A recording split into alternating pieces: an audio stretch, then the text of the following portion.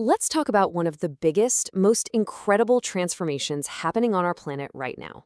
It's the story of us, of people, moving into cities on a scale we've never seen before. This isn't just a trend, it's completely reshaping how we live, how we work, and our very relationship with the world around us. Just take a second to let that number sink in. By the middle of this century, 2 out of every 3 human beings will be living in a city. That's according to the United Nations. And you know what? This isn't some far-off science fiction scenario. It's the reality we're building, literally, right now.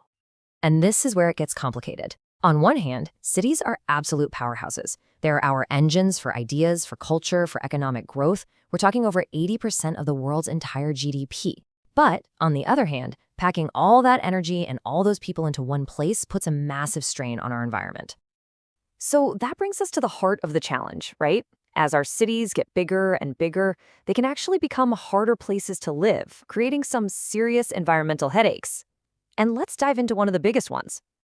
It's something called the urban heat island effect, and it's pretty much what it sounds like. When we pave over green spaces with roads and buildings, we're basically swapping out nature for these huge surfaces of concrete and asphalt. And what do those materials do?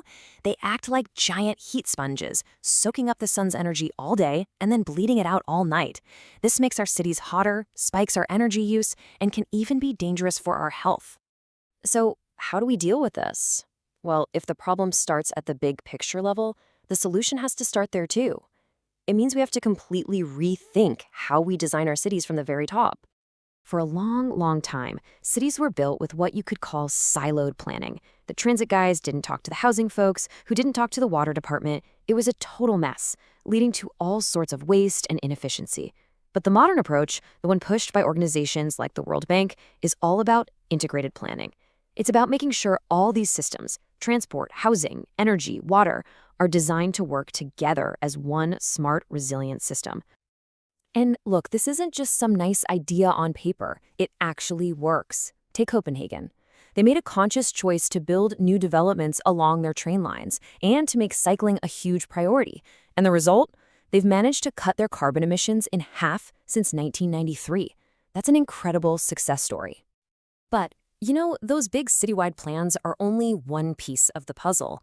Some of the coolest solutions are happening on a much, much smaller scale. In fact, they're literally right above our heads.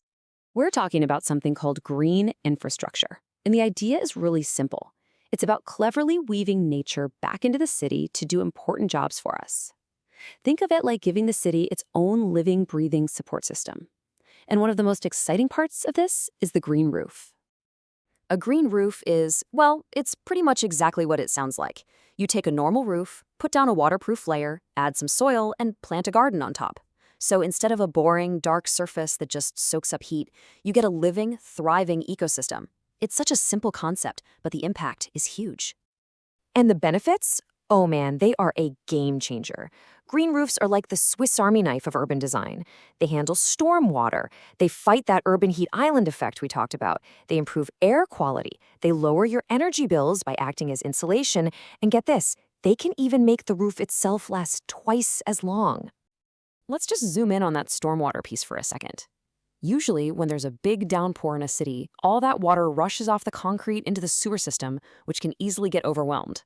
But a green roof? It acts like a giant sponge. It soaks up a ton of that rain, waters the plants, and releases the extra nice and slow. It takes a huge amount of pressure off the city's infrastructure. Okay, so this all sounds amazing, but I know what you're thinking. It's the question that always comes up with this stuff. What's the price tag, and is it really worth it?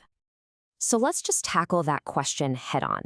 Is this kind of thing just a nice to have for rich cities, or is it actually a smart financial move for everyone? This chart tells a pretty amazing story. So yes, you see that first line, a green roof costs more to install up front. No doubt about it. But then look at the payback over 50 years. The money you save on stormwater management alone more than pays for that extra cost. Then you add in the energy savings, the value of cleaner air, and suddenly you're looking at a net profit in today's money of over $38 for every square foot. It's not a cost, it's an investment with a fantastic return.